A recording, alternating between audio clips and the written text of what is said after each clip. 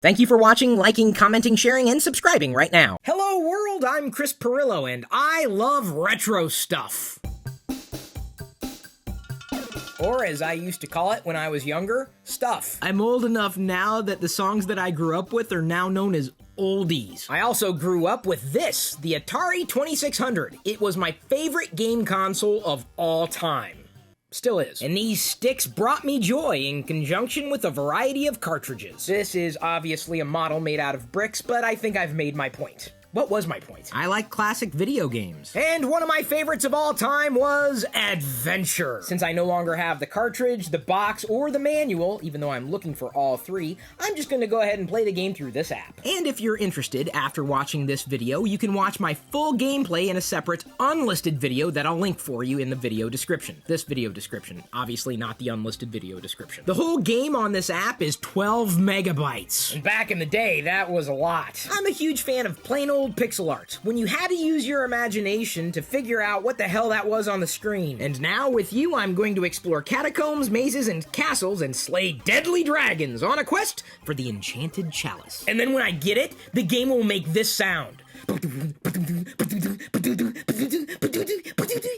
I played it enough times to commit that to memory. I remember the first time I ever saw the Adventure box on a store shelf. I didn't have it at that point, but I really wanted it. And I'm also happy to say that I was able to advance through the 3 levels without any problem over time, because it took a while for me to master Adventure. And there I am, grabbing the keys. There we go, got it. Okay, now I gotta figure out how to get through the gate there. Okay, I'm in the gate. Gonna drop the key, pick up the sword. Now I'm off to kill a dragon, which if I'm not mistaken is somewhere over here. All right, let's kill you.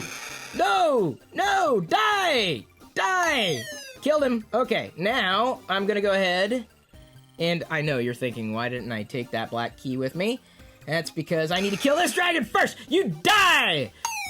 He's dead. Okay, I'm gonna drop that sword and flail back to the position of the black key. The known position, because at this level, we don't have that crazy bat flying around and picking up things. In that separate gameplay footage that I was talking about, what I'm also going to try to do is pick up what they called the invisible dot. That was most likely the very first Easter egg I ever found in a video game.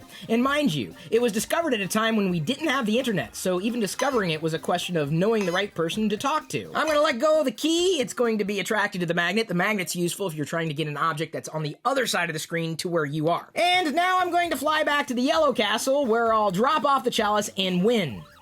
Again, you have to remember I'm kind of playing this at the side, and it's not exactly as easy as it would be if I was facing the screen straight on.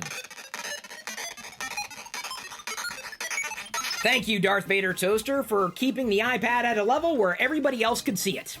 What else would I use this for? Making toast? How cliche. What was your favorite Atari 2600 game? Let me know, and I might play it in a retro video game review in the future. This video game gets a thumbs up from me. It's kind of hard to slag a classic, unless of course it has the letters E.T. in the title. I know it's not exactly like the video games of today, but that's exactly why I like them. I'd really like to do even more of these types of videos, so please send along your recommendations. At this point, however, I'm going to leave you to your own devices.